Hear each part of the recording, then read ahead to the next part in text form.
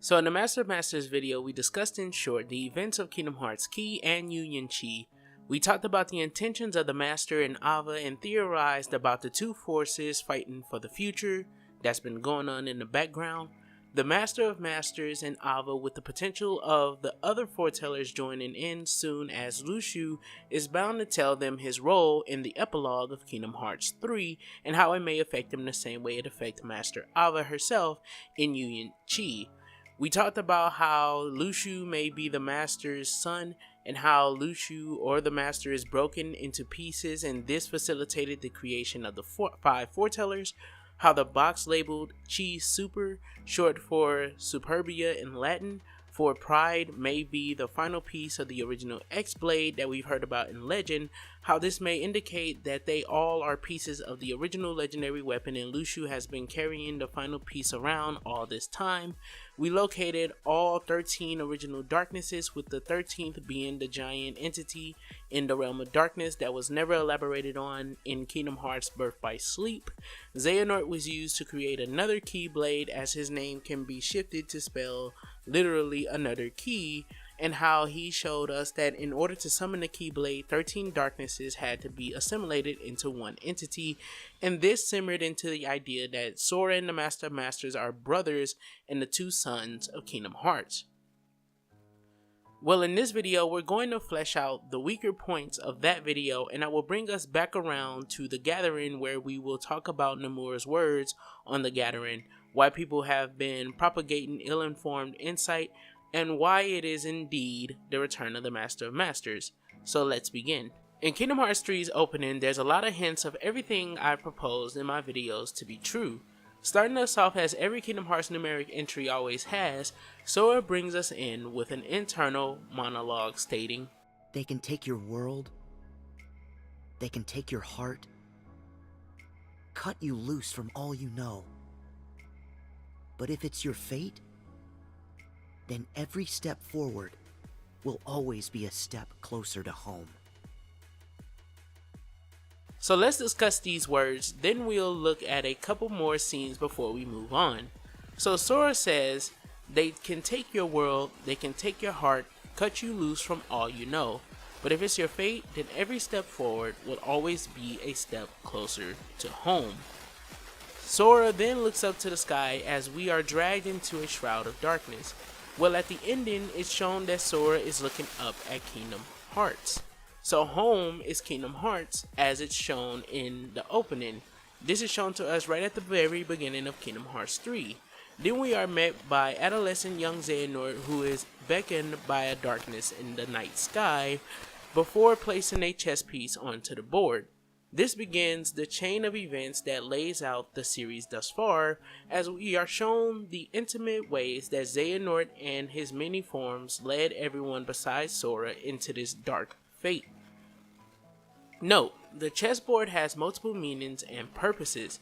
Xehanort is presented to be this orchestrator of fate.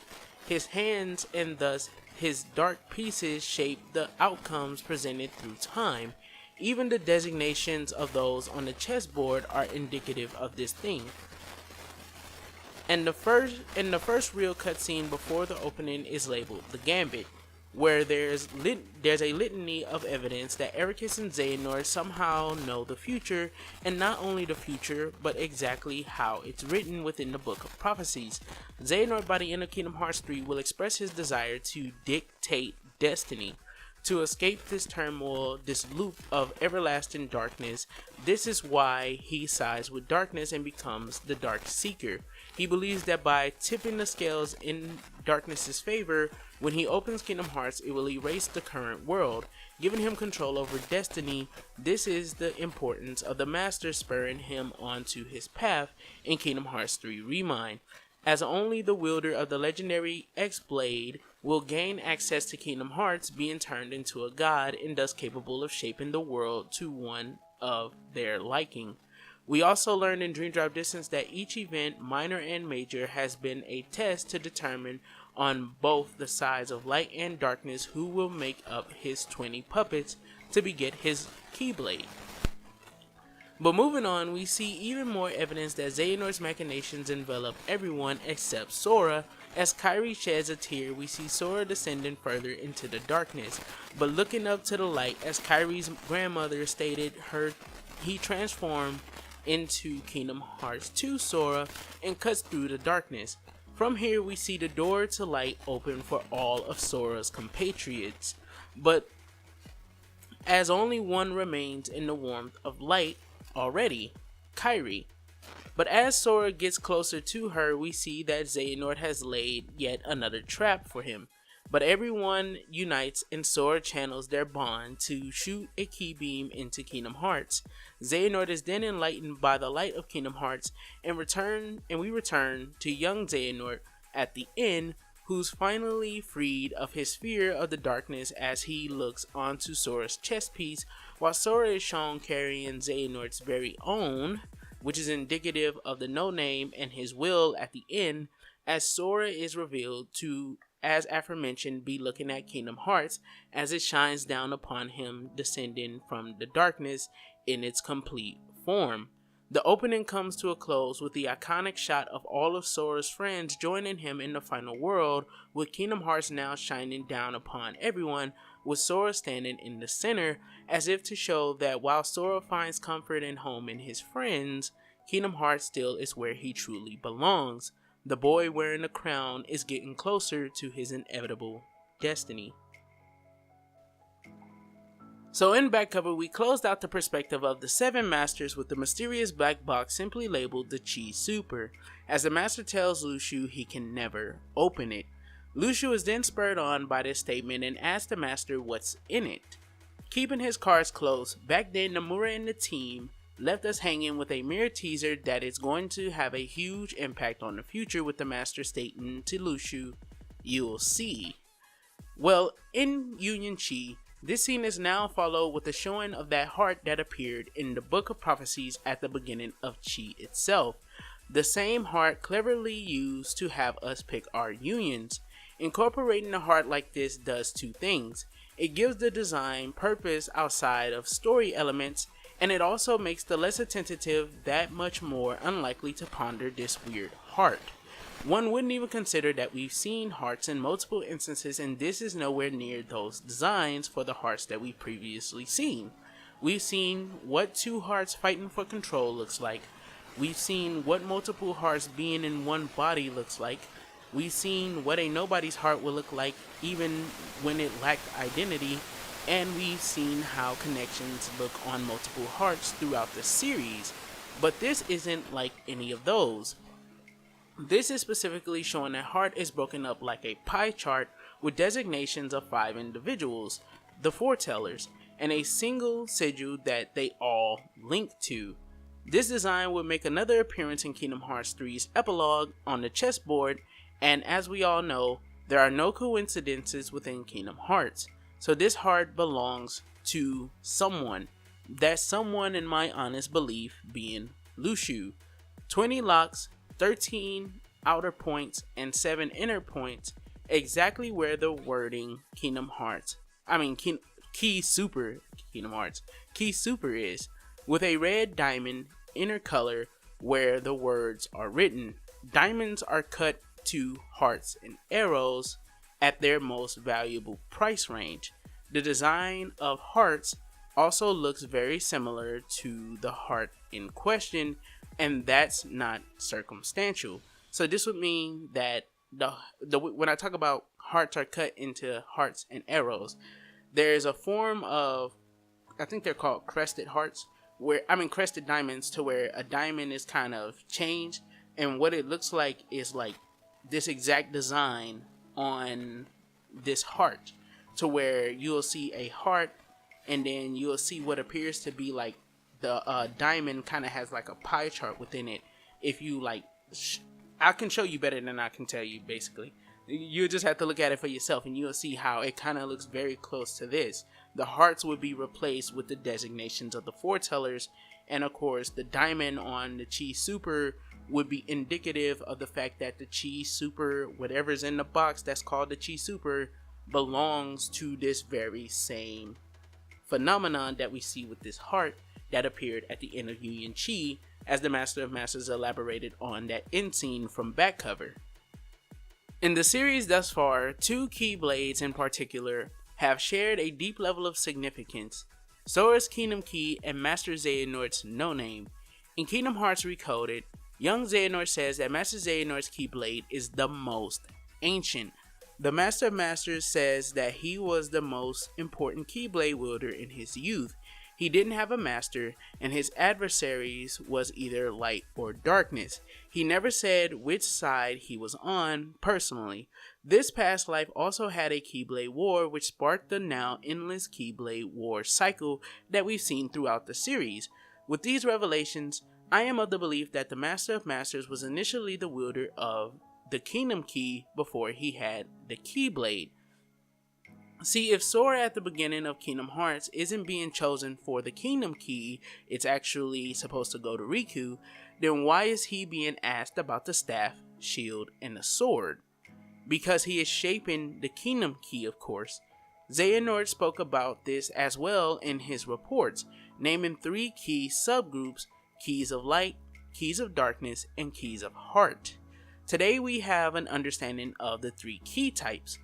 Keeping in mind that Lushu does not have a Keyblade of his very own to call upon after passing down the No Name, here are 3 examples of each key type.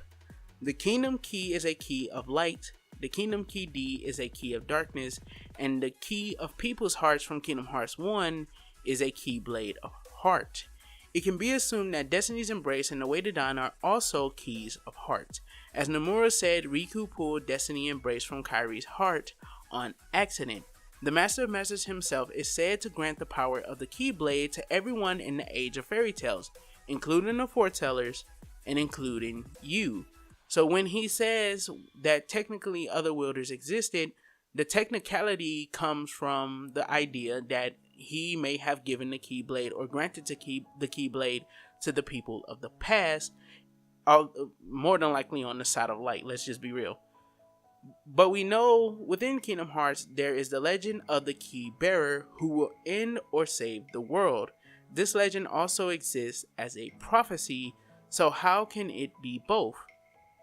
If the Master of Masters, the only important Keyblade wielder of the past, was in possession of the Kingdom Key, during his time being the bearer, he achieved the legendary weapon and condemned the world to an even greater darkness with the creation of the 7 and 13.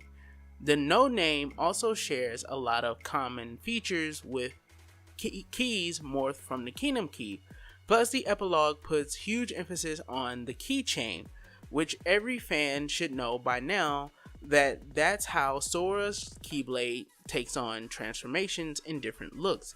He doesn't just have 100 different Keyblades waiting to be summoned, so the Master most likely has the Kingdom Key of the previous world, and again, Sora must have reformed the Kingdom Key to a suitable weapon for himself at the beginning of Kingdom Hearts 1, as the Kingdom Key specifically seems to be the marker of the ones that Destiny favors and or follows. Sora escaping the dark fate of the Master, which was set all of those years ago, and the Master setting his fate to begin with. This is why Xehanort seemed to be the harbinger of fate as well once he wielded the No Name.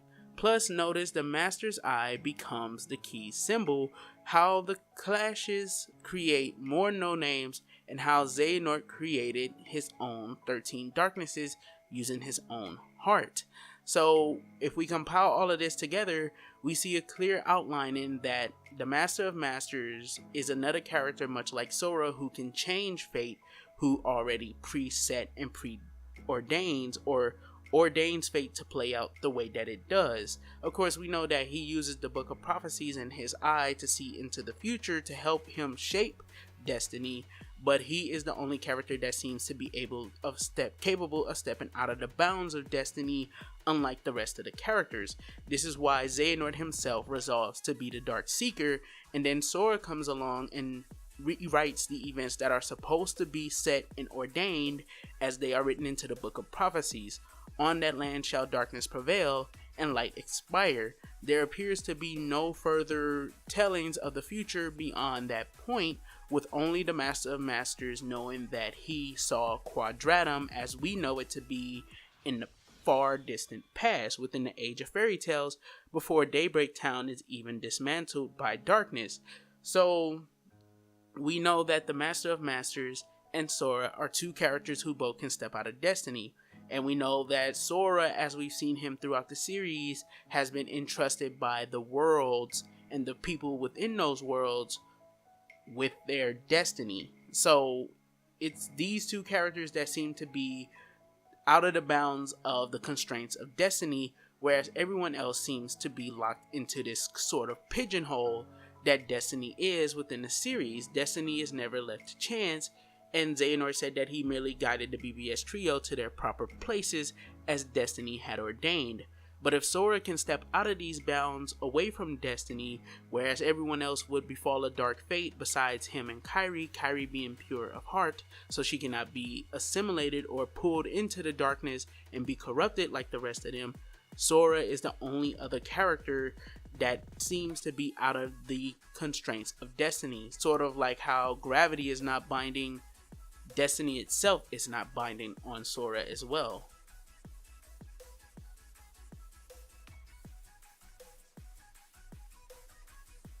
So finally, we have come back around to the gathering.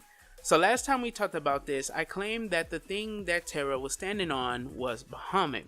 Stick with me because this is going to take a while, but we're going to come back around to why I believe this to be Bahamut. I failed to give any significant proof as to why I held that belief. So let me rectify that now. Back in 2005 through 2006, when Kingdom Hearts 2 and Kingdom Hearts 2 Final Mix released, Final Fantasy had a huge presence in Kingdom Hearts as a series. It was still helping Kingdom Hearts become its own story, as only 3 games had released in those 3 years. Nomura even said that the secret ending in Kingdom Hearts 1 was an idea of where the story would go if he and the team had the opportunity to make sequels. But the problem is, people conflate what he said about the secret ending of Kingdom Hearts 1 and associate it with The Gathering. Nomura never said the same thing about The Gathering. In fact, he implied the opposite, stating, "After the ending, there's a secret movie this time too. What exactly is the movie trying to tell? I actually had a solid idea of what the movie setting would be in my head. In the previous game, Secret Movie, I wasn't even sure if I would be making a sequel or not, so some part of it were quite vague. Some parts of it. But this time, I already have an idea in my head where I think this is it. Did that scene happen in the future or in the past? I would at least say it's an episode in the past, but, how should I say this? It's in the past, but you can also think it's in the future, something like that. Who are the three armored people? Those 3 are completely new people who haven't shown up at all. In fact, I've already thought of their names. Back when I was making that movie, I only had their settings, but now I've even drawn their faces to give myself a clearer image of them." And then he says at the bottom, which I kind of cut off from where I'm reading it, but he pretty much says, he's asked, the King, Sora, and Riku's Keyblades were there too, and he pretty much answers with, and I'll have this in the video to prove it, just so that way no one can be like, oh, you left it out because you're lying. He also says that it's there to show that these 3 individuals, the Heroes of Light, as Xemnas calls them in Kingdom Hearts 2, are missing in this scene. So it's to represent their absence, basically. Let me put it that way, since that's exactly the word he uses. So according to Nomura, we can establish 3 lines of thought. 1. It is not a concept like Roxas's Kingdom Hearts 1 ending. 2. He mentions futures past. It's a scene calling back to the past, but also into the future. 3. Only who they would be is in the concept phase. This is why Birth by Sleep appears into Final Mix. Why even bring up that The Gathering is in the past, but also in the future? Why would he need to present the absence of Sora, Riku, and Mickey as he states? Well, for the first question, there's an easy answer. Nomura prepared this scene in concept, then decided that this indeed is the direction he wanted to go. This is why the secret boss is the Lingering Will in Kingdom Hearts 2 Final Mix. Nomura did not use the Gathering as a concept so much as an outline to the future, but it shows us the future is about to repeat the past. This was the point of Nomura bringing up the future if he confirms it's not a concept itself, but rather it was the first iteration of how he wants to go forward. Then he easily could build these three up to this point in the story. The BBS trio finally are reassembled in Kingdom Hearts 3. Aqua knows about the ancient Keyblade legacy to some degree, and they leave at the beginning of Limit Cut, not just in their armors, but they're finally donning the capes from the first time we saw them in 2006. Riku said that they left to go to the Realm of Darkness, but implied they already returned when he says went to the Realm of Darkness to Kairi, which implies they had gone and returned. Kairi even says she's going to train with Aqua, so again, they already returned. If the Lingering Will had the end of the earth, we can assume almost a year in the Realm of Darkness could strengthen these three characters, so they may all have their updated keys as we saw in the Gathering. Nomura said the three keys they pick up represent the absence of the three heroes of light. Well, Sora is in Quadratum, Riku is in Quadratum, and we saw Mickey will wind up in the distant past while hunting for Sora apparently, where King Mickey appeared in Kingdom Hearts Key stating that he was looking for someone. He was looking for a male character when he says, "Where is he?" It's not coincidence Sora magically disappears in Kingdom Hearts 3 after we already got that cutscene all those years ago. And Riku says Mickey is searching in every world that Sora has been to looking for Sora himself. This conveniently leaves the Birth by Sleep trio, the Sea Salt trio, and Kairi in the world or the realm of reality. Nomura has already built up the series to the point of the absence of the three heroes of light. Can we gather anything else? Well, we still have to prove the monster is Bahamut, or at the very least a summon. Well, we can simply compare how the beast breaks into particles and scatters with the wind to this modern era of Final Fantasy summons, where they do indeed crumble into particles and scatter with the wind. So this has the same likeness of summons in Final Fantasy in that regard. And yes, this is, I believe, common in Kingdom Hearts 2, but for the purposes of believing that it's Bahamut, which is weirdly mentioned in Toy Box of all of the summons, Bahamut is mentioned, and then there's something that looks like Bahamut in the Gathering. I mean, what else do we have here? This beast has claws and almost what appears to be bulky wings with what can be assumed to be turbines on both of these wings. So we see two things that look like wings, and then they also have turbines on them. Remember, Bahamut and all other summons never look the same across any games, so a Bahamut that flies using turbines wouldn't be off-putting.